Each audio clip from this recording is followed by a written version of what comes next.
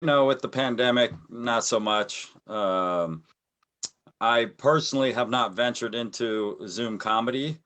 So, I've been actually having to go to more open states, we could say, because where I'm at in Washington State, we're completely shut down. So, and they say you have to invest in yourself. So, like, I just came back from Vegas so I can do some comedy, and spend about $1,000 doing that. So hopefully it comes back. Yes. I Yeah. meet this guy. He comes up to me and we talk at Steve McAnally's show on Wednesday about a week ago. Or the week before, I don't remember. And he comes up to me and he's like so humble, so nice, so real, the nicest of anybody that came up to me that night, I will say. Aw. Made such an impression. I usually will ask everybody if I can interview them. That particular night, I just only really felt like interviewing you from the way you impressed me way above everybody else. Oh, that's sweet of you to say. Thank you. That's It's nice. true. It's Thank you. true. And you were like, I'm gonna go up there and see if I'm funny. And he gets up there, knocks. He's the first. I think you were the first one to go up, and you were like the as good enough to be a feature, if not a headliner. Thank gosh. Man, you're gonna have to send me your address so I can send that check in the mail. Yes, you were so good. You really got the laughs.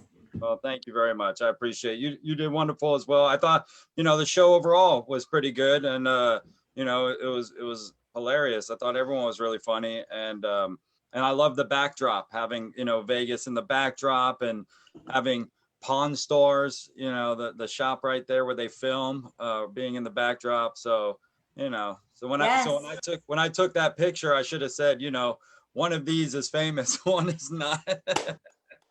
But yeah, no, I had a great time that night. It was great.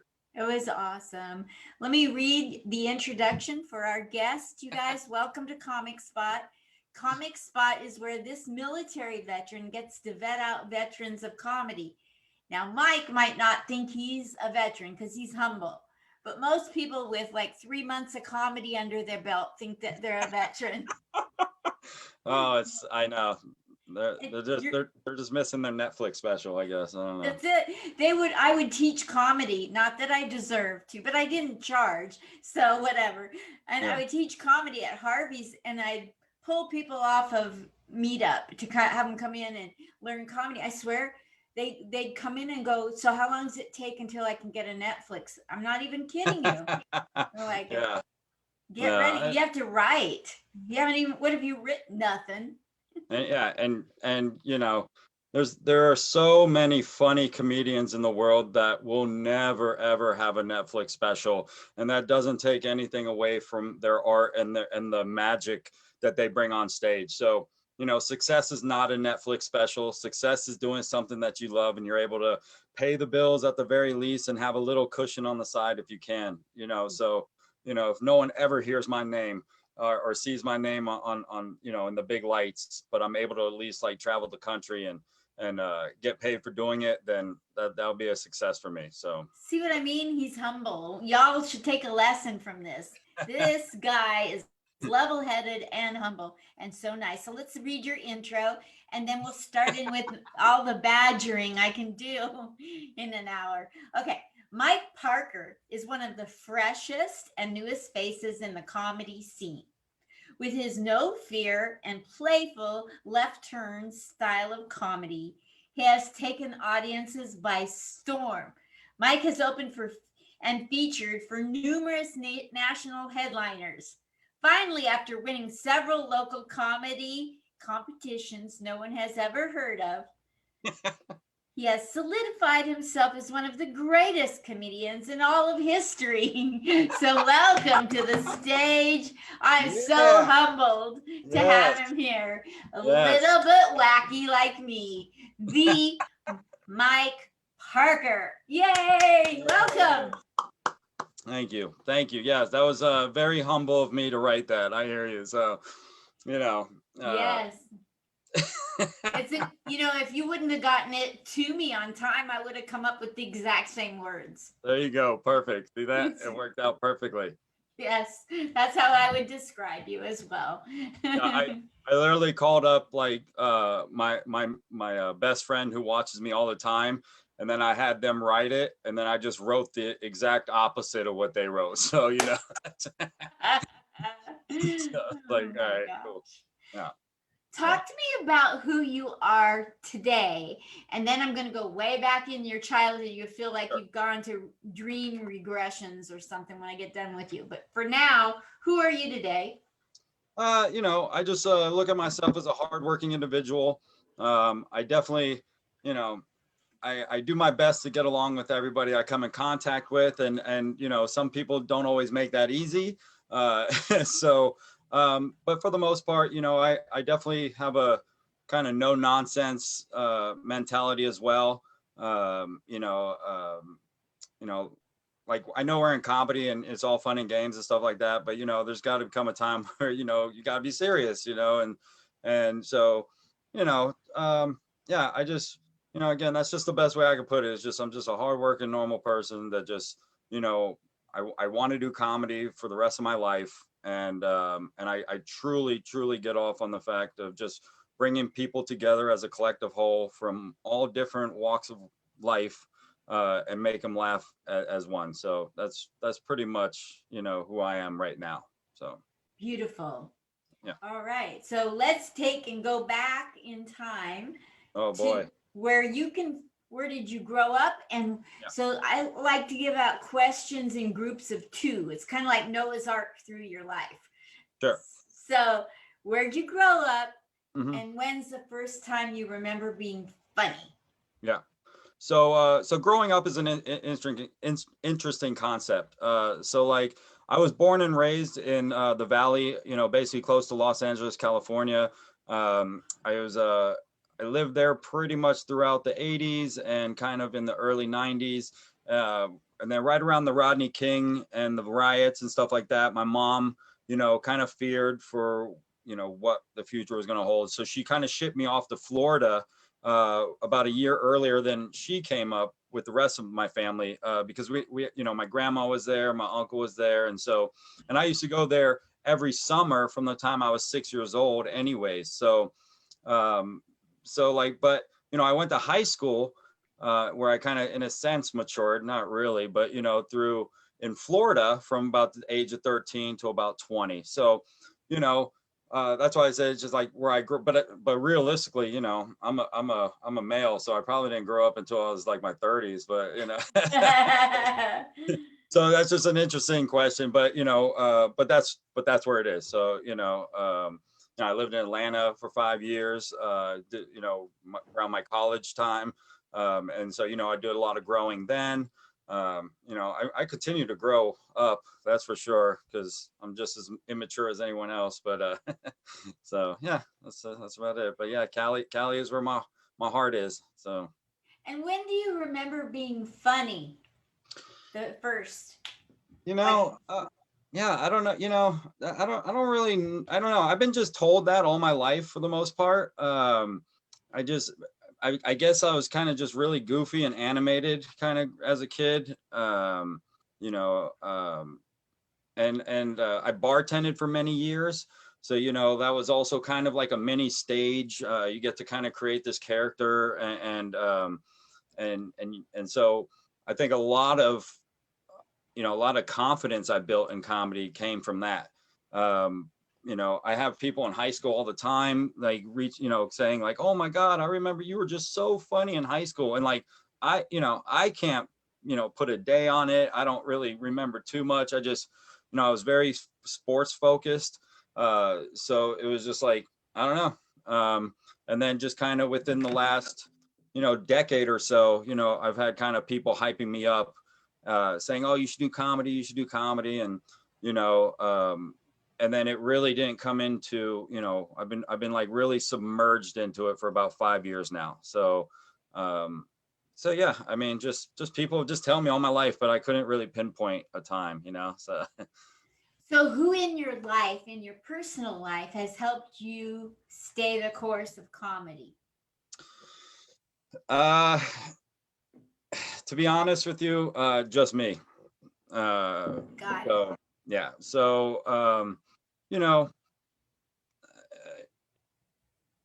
people have dreams, and they chase dreams, and some people chase dreams that are considered a pipe dream. Like for example, when I was younger, I thought I was going to go to the NBA. Wow. Yeah, I mean, I was pretty good, and don't be fooled by the color or the height. I'm only 5'8", but I was a killer, and so I was living that delusional dream for many years, even almost into my 30s, and so, but I made it to a certain level of semi-professional basketball, and I was basically just a bench rider. I played like 8 minutes in 2 years. So that was a very humbling experience for me, being like, because the best player in our league would go to the NBA maybe for like 10 days and then get kicked right back down, so, and I just sat the bench. So that's basically when I kind of retired from the idea of basketball. And then I ended up having to come home and take care of my mom, who ended up being sick.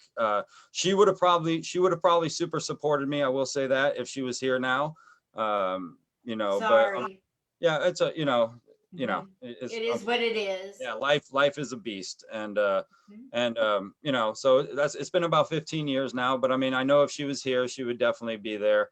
I tell other family members, and they're not unsupportive. They're but everyone has lives. Yes. Same thing with my friends. You know what I mean? It's like I'm not famous. I'm not like even coming up on fame anytime soon. And I'm not saying like, you know, oh, and it probably is going to happen. But if that ever does happen, you're going to have all these people coming out of the woodworks, and be like, oh, I've been loving you this whole time, And so, Yep. yeah. So I mean, but as far as right now where I'm at, and with Mhm. what my goals are, Mhm. I am pretty much the only one that's like truly pushing the envelope. And, of course I have supportful friends, people put me on shows and stuff like that, or, and I get paid and stuff like that. And I mean, I have those people, and those people believe in me, but I'm really like the only one that's pushing my envelope, so Got it. Well, yeah. it's really great. You have such a strong mentality about you. Thank you. So, you come across to me, and this is me putting you in a box, which old people are really good at. So as soon as I find out that I'm old, I'll know why I'm doing this. Well, Um, I'm glad I'm wearing this outfit then, because I could be like, like if you put me in a box, right? Am I a mime? I don't know. yes, yes. I feel like I'm So, about to go do improv after this. well, like you come across so polite to somebody older than me, show respect, and you come across so humble, so nice, so proper that there's almost, and this is just me throwing it out there because I'm Hmm. crazy and old, you almost come across as though you've been raised by somebody military. Um, That in a good way because I was yeah, military. yeah, of course. Which, by the way, thank you so much for your service. Yeah, you're welcome. Yeah. Um, Honestly, that is probably, if I wasn't living that delusional hoop dream, that is my biggest regret. Was I wish I would have joined the military. Because I love discounts, and so, so I mean, golly, and hats. I loved being discounted. Yeah, there you go. Make sure to remind them and stuff. I know I'm bad. I was in the restaurant business many years, and so yeah, but no, I love it. If anything, you guys should get the whole meal comped if it was up to me. But I had an uncle who was a big influence in my life. Again, I never knew who my father was. My mom ended up she grew up kind of promiscuous, and then in the long run she ended up being with my aunt, who I thought she was my aunt, up until I was like 13 years old, and then find out they were just basically just soulmates. So he was a very dominant male figure in my life, and he was a Marine. But no, I wouldn't say like I was. I don't know. I try to be as respectful as possible. But again, I'm not perfect either, and you know, people, people can definitely put, push boundaries and bring out a person in me that I don't like, so, um, but, like I said, respect, you know, gets respect, right? So, Absolutely. and that's what it is. So, and, Absolutely. I really liked you right off the bat. Immediately I knew who you thank, were, I liked who you were, and I trusted you. thank you. You are very sweet. It's Uh, true. I yeah. mean, that's how you affect people. Yeah. You deserve that. And you yourself also, and I told you, because I've seen kind of like your presence on like social media, or just like in the group sometimes, um and you have just this wonderful positive aura about you, and so again, I was really excited to meet you anyways, because like I said, I've kind of was like, oh, if I ever bump into you, I'm definitely going to make it a point to come meet you. So You did. You had it headed right for me, and you made me feel like I was a movie star. yeah, I didn't recognize, like, I didn't really check. I wasn't like scoping out the poster, so I didn't see the name, that you were on there. But I mean, I knew who you were immediately when I saw you. So yeah. Yeah, I remember meeting you, and I was like, he's making me feel like I'm a movie star. Yeah. Well, hey, I hear you may be. So we don't have no details on that, but yeah, I hear you No may be. So details yet. I'm yeah, there you waiting. go. Good for you. Anything could happen, or anything could fall through the crack. Absolutely, and you just gotta be prepared for either way. So So you were talking about your mother being promiscuous, yes. and so my mother was married to my dad for 17 years. They got a divorce, and then there were wild sex parties in my house that I had a bedroom in with my mother. My father was off with there, and I remember getting up in the morning after sex parties, and there would be sex paraphernalia on the carpet. So I made a joke. Do you want to hear it? Yes, absolutely. Because this really doesn't work, but it came to. So, like, my mother was promiscuous, and I remember having to trip over, all kinds of sex paraphernalia to get out the front door to go to high school. And then when I got to choir class, the teacher was like, just sing from your diaphragm. And I'm like, God, I should have picked one up. That's really good. I like that one. That's really good. I know, it's crazy because when I was in high school, I used to throw a lot of parties, and I used to send my mom and my aunt to a hotel. I'd get them a nice real hotel, and then we basically trashed the house. But they were great parents, and I just remember one time they said, no, we're not going to go. We're just going to stay in our room, and we promised to stay in your room. And at that time we were playing around with some illicit drugs.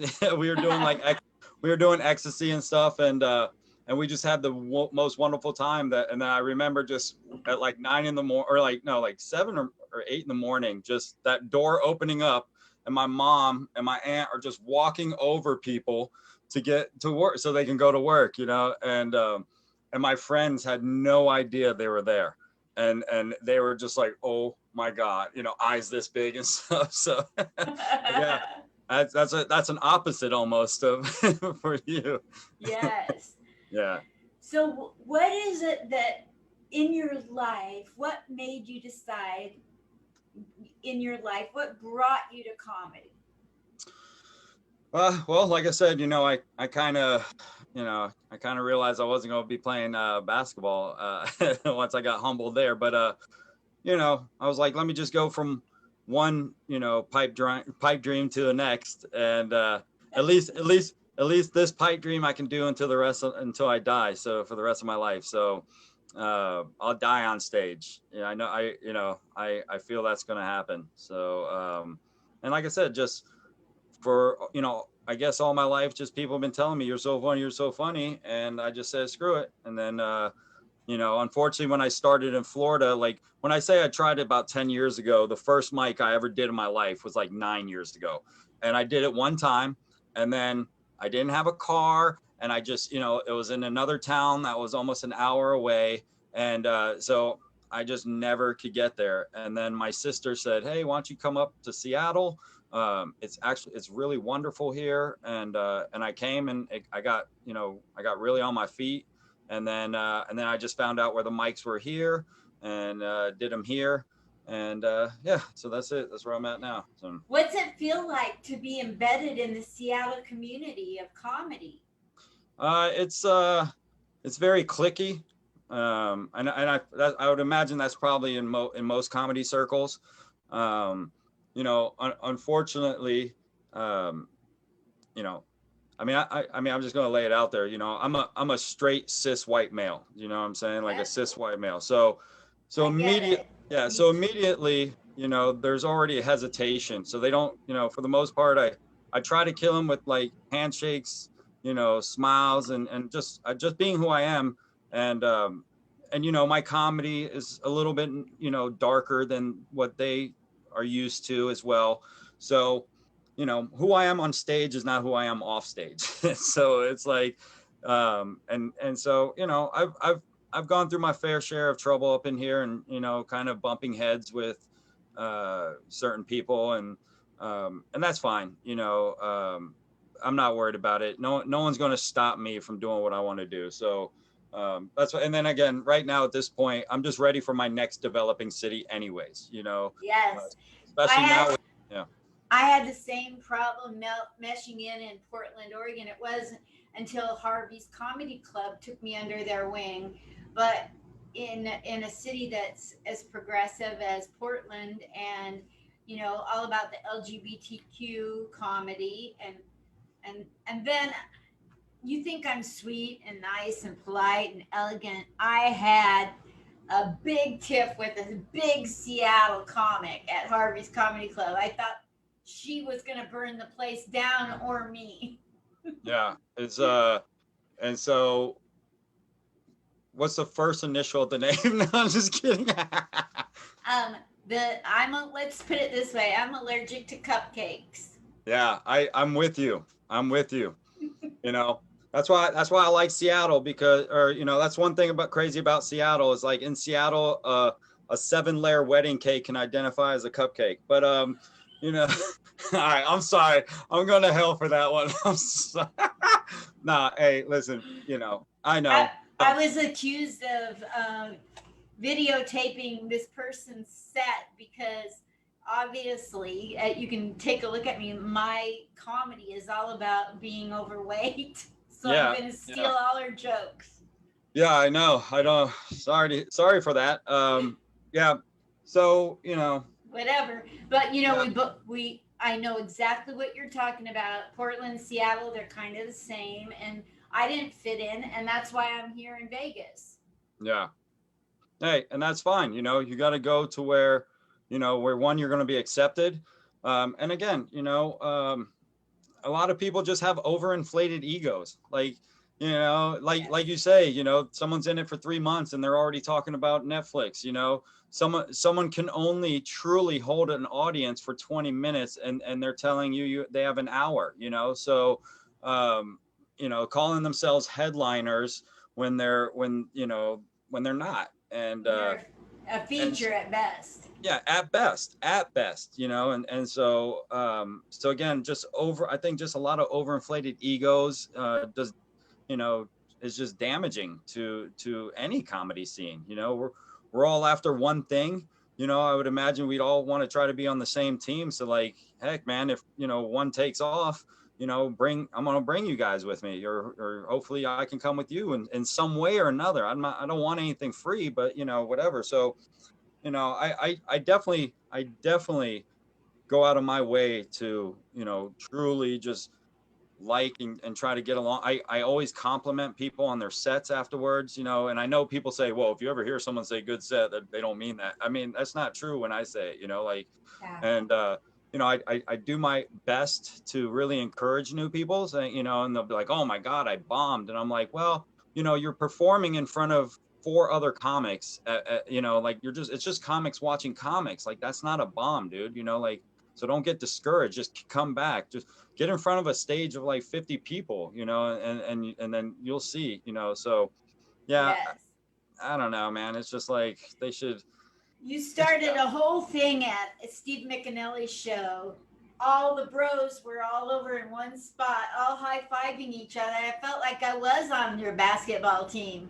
And everybody was making, I had to keep going over there to be a part of it because I was the only woman. I was clear over here and you guys were, so I kept going back to be part of the party, but I didn't want to, Oh, force my way. no, you don't, and that's just, I was just kind of just watching, and of course, if someone comes over in my area, but that's why I was like, hey, I loved your set. So, I definitely came over to you and was like, hey, what's up? After your set, and, I thought you did really well. Thank And you you. did, because, so how long have you been doing it now? I've been doing it 7 years, 7 years. but, but 1 year without looking at notes because I have brain trauma. Yeah.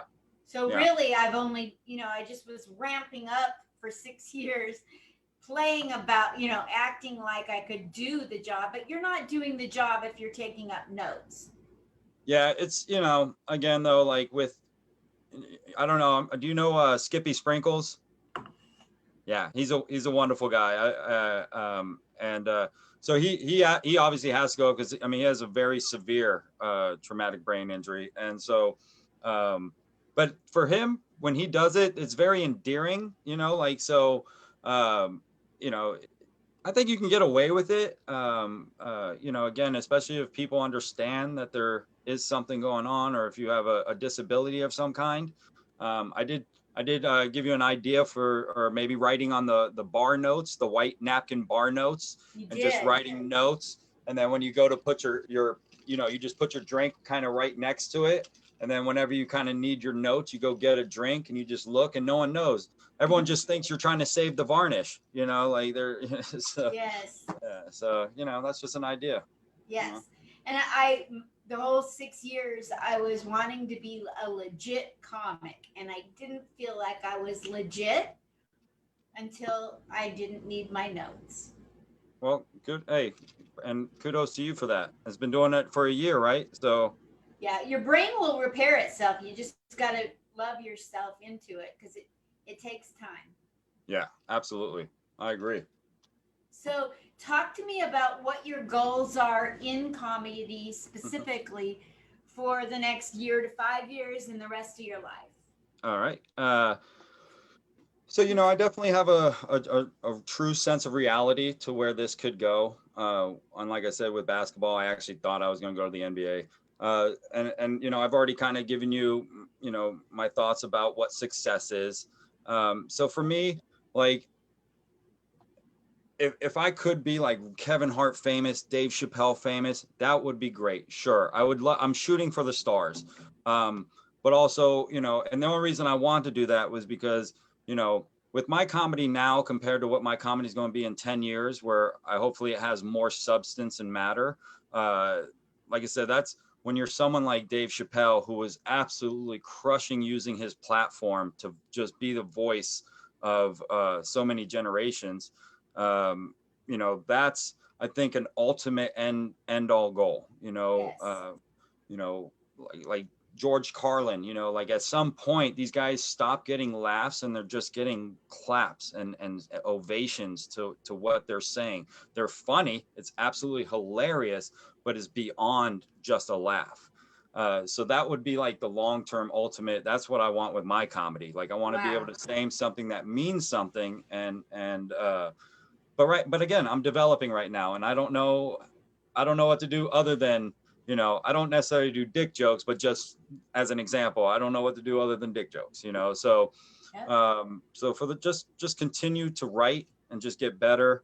Obviously with this pandemic, it definitely puts a hurdle on the road from, because you finally get such a comfortable level on stage, and then if you're not doing it for a year, you start losing that. So but yeah, just to continue to get better.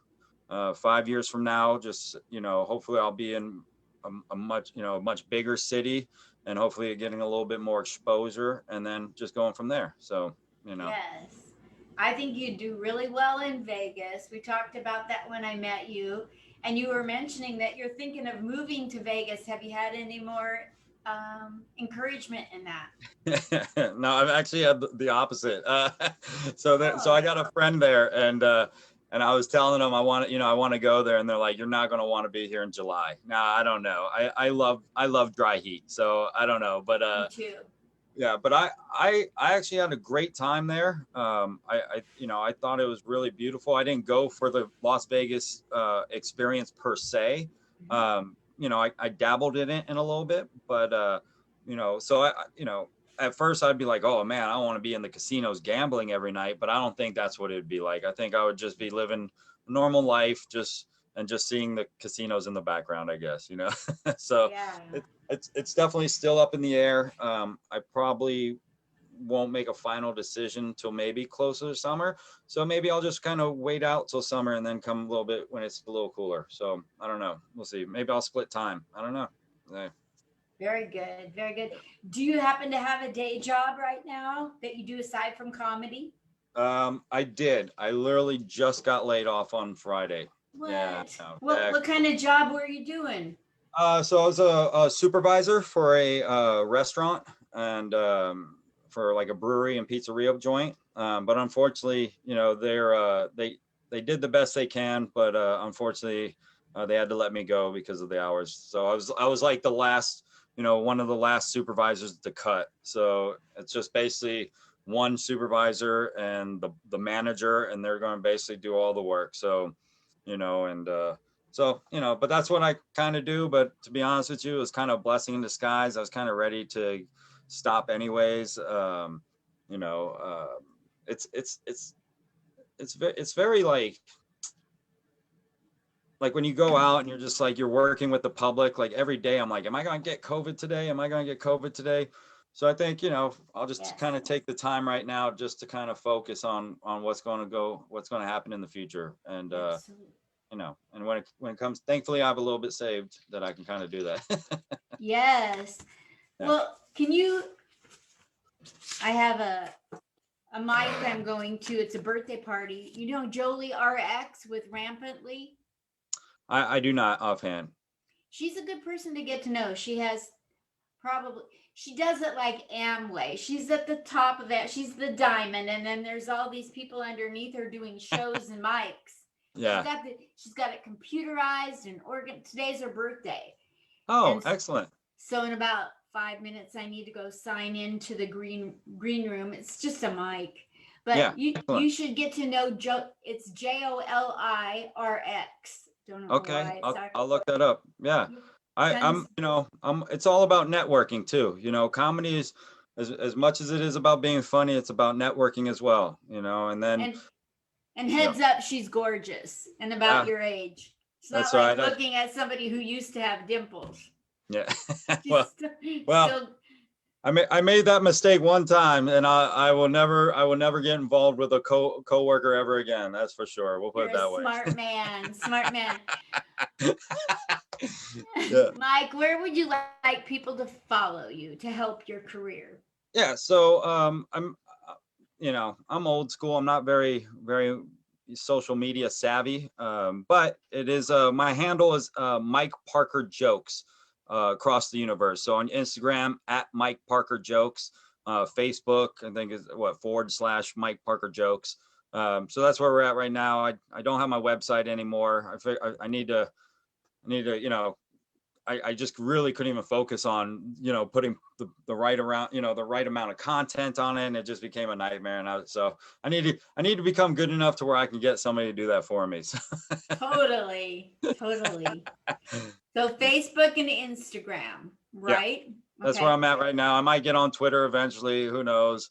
I should have jumped on TikTok, I guess. I don't know either. I don't know. It's all weird. I don't know. It's just weird to me. I don't know how to If do it. do you have any videos of your comedy performances out there for the public, or is that when they message you?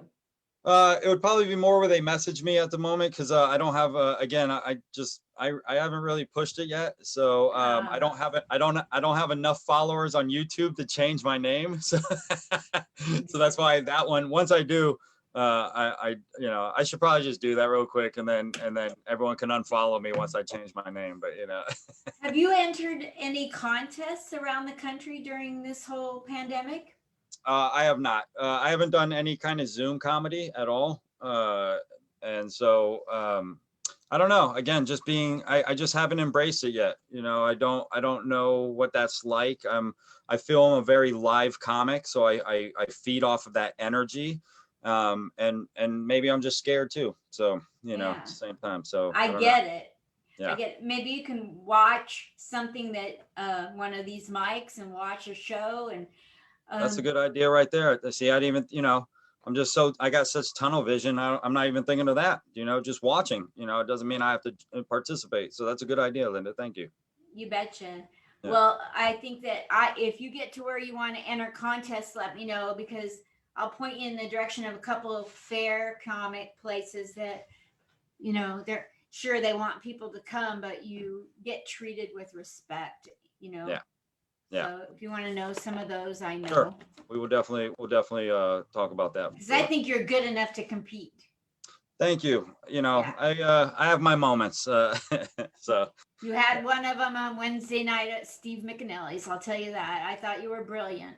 thank you. Oh, well, thank you. You know, it was I appreciate that. You know, of course it's been, you know, I mean, I'm on stage sporadically, but you know, it's like Well, you're a total package. You're the whole deal. You're the McGilla gorilla. You're not somebody off stage and then somebody different and there's like nothing. What the heck is going? No, you're the real deal. I like that. The McGrill, say it again, the You're the whole McGilla gorilla. Yellow Gorilla. I'm gonna put that on a shirt and I'll give you 50% proceeds. All right, deal.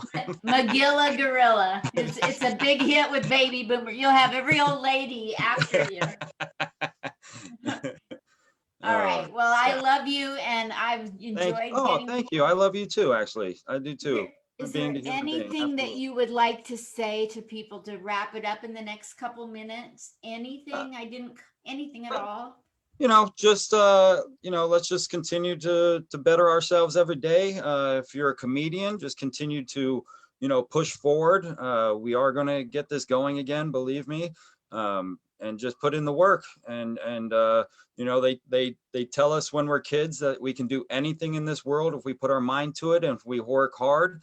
So why is it not true as an adult? So, you know, I know there's hurdles and life is, you know, more, you know, busy as an adult, but you can definitely find the time instead of maybe watching TV or getting on the internet, just go to a mic. So that's it, you know. Just do it.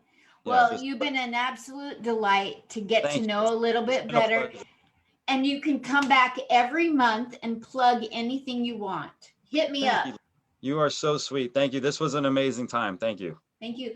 And later tonight, I'll type my afterthoughts in your Facebook and Instagram handle, and I'll get people to write you. I'll tell them, book this guy. I'm telling you, he's funny. Yeah, and I like I said, I'll make the trips. I work hard, and you know, I'll make sure that your audience has a great time. So Got it. yeah, How far will you travel? I'll travel all over the world. And I know, and like I said, I know at this point in my life, sometimes it's an investment in yourself. So sometimes you got to lose money to make money, and you know, in the long run. So What about doing comedy with groups of people like Armed Forces Entertainment if you're willing to go around the world and entertaining troops?